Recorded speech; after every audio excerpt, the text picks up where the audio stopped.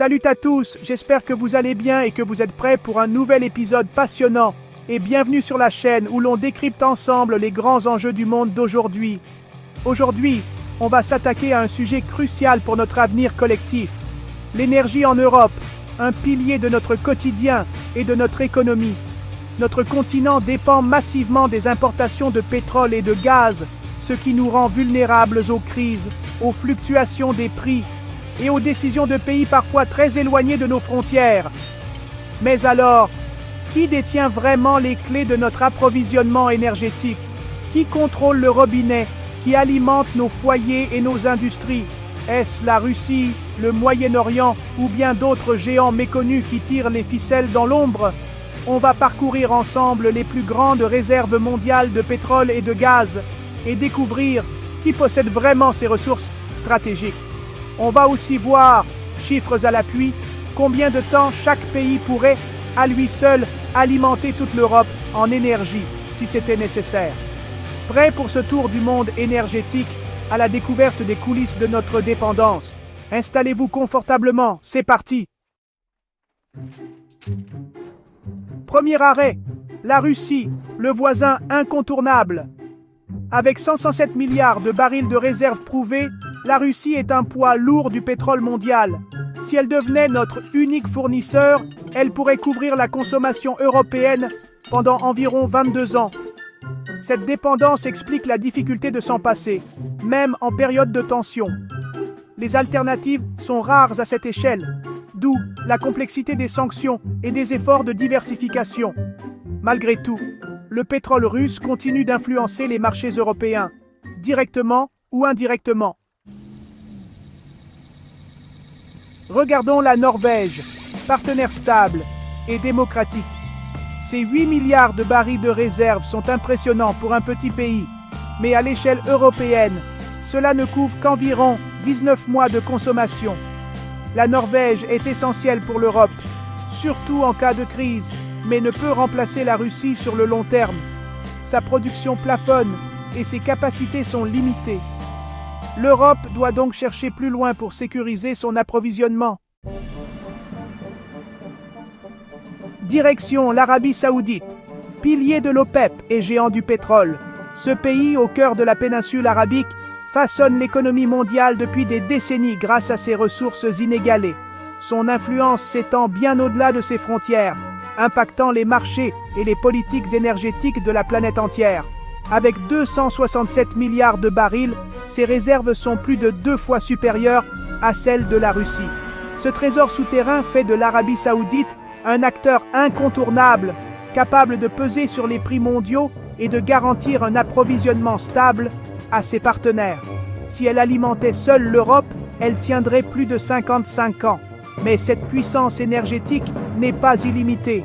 La demande mondiale ne cesse de croître et les équilibres restent fragiles.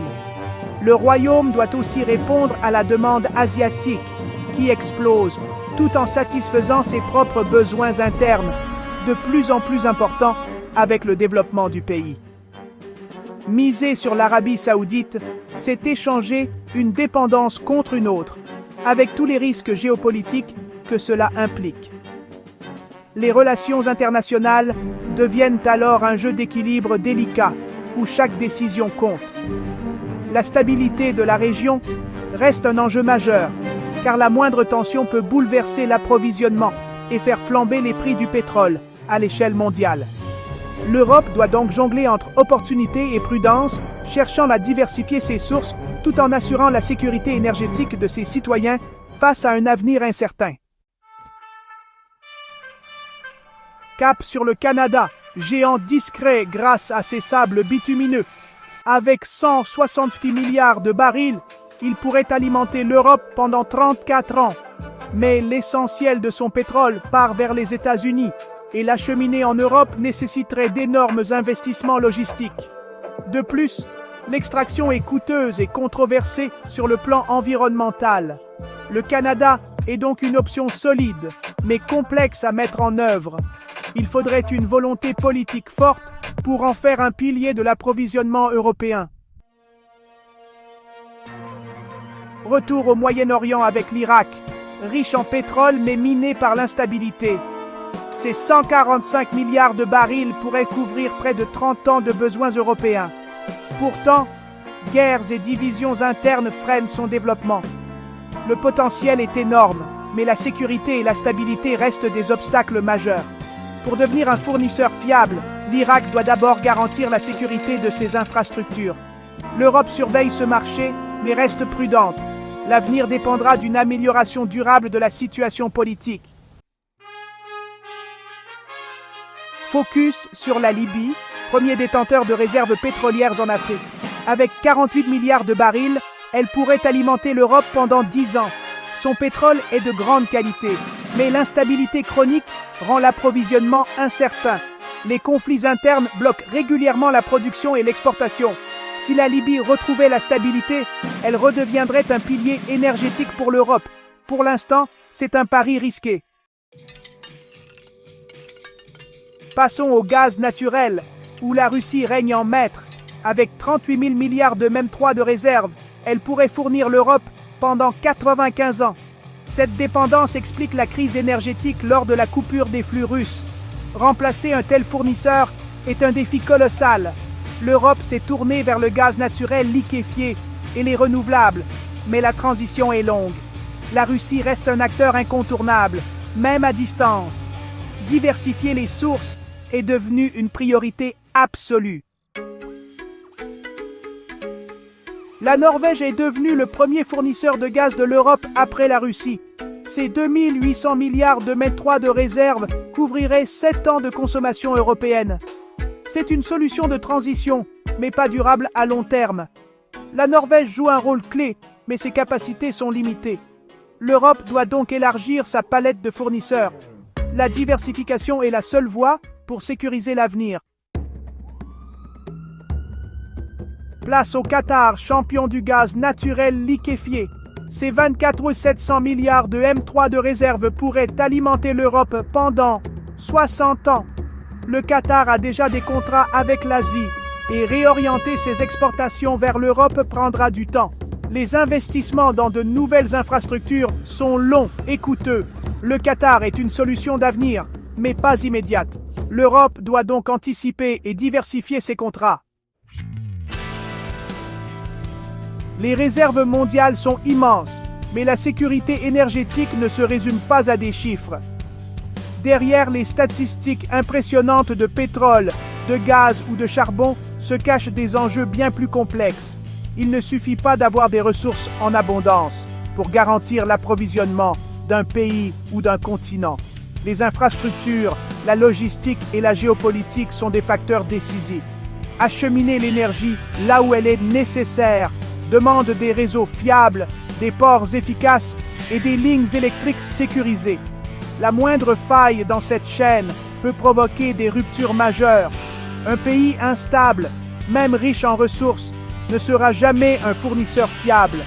Les conflits, les tensions politiques ou les catastrophes naturelles peuvent interrompre brutalement les flux d'énergie, mettant en péril la sécurité de millions de personnes. Les contrats énergétiques sont aussi des contrats politiques. Chaque accord signé engage des relations diplomatiques, des alliances stratégiques et parfois même des compromis sur d'autres sujets majeurs. L'Europe doit choisir entre stabilité, proximité et volume, tout en gérant les risques économiques et environnementaux. Trouver le bon équilibre entre ces priorités est un défi permanent pour les décideurs. La transition vers les renouvelables et la réduction de la consommation sont essentielles.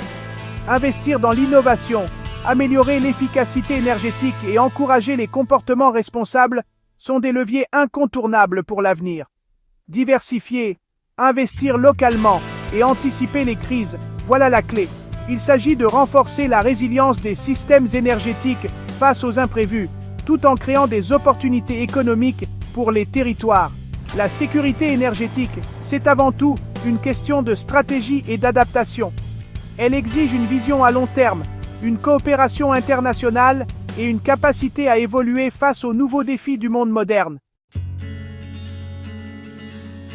En résumé, l'accès de l'Europe à l'énergie est un défi complexe, entre logistique, géopolitique et choix stratégiques. Faut-il privilégier la stabilité de partenaires proches ou miser sur les géants mondiaux malgré les risques? Ou bien diversifier au maximum pour ne jamais dépendre d'un seul acteur? Quelle stratégie te semble la plus fiable pour l'avenir énergétique de l'Europe? Dis-le en commentaire. Merci d'avoir suivi cette analyse. Abonne-toi pour ne rien manquer des prochaines vidéos. Et à très bientôt!